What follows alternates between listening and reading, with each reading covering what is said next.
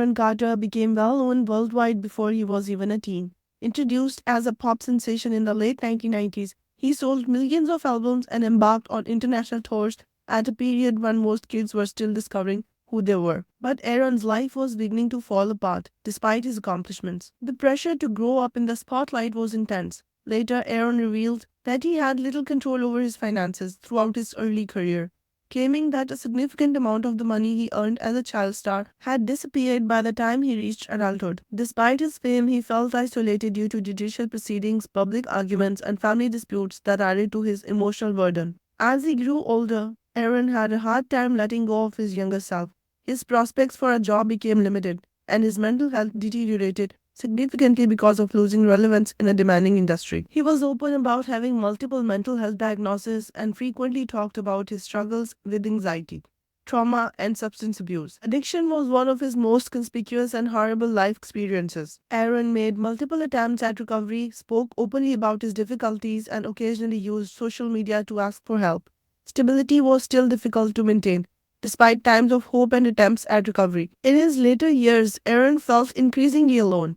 Relationships with family members worsened and public concern grew as his behavior became more erratic. His issues remained mostly hidden from the public. Despite his declaration that he wished to recover and support his son, Aaron Carter was found dead at his house in November 2022. He was 34 years old. Authorities later confirmed that the unintentional cause of his death was drowning after the effects of many narcotics. His passing shocked fans all over the world and sparked new conversations on the long-term consequences of addiction, neglect of mental health issues, and child fame. The tragic loss of Aaron Carter's life is that early fame does not guarantee stability, happiness, or safety.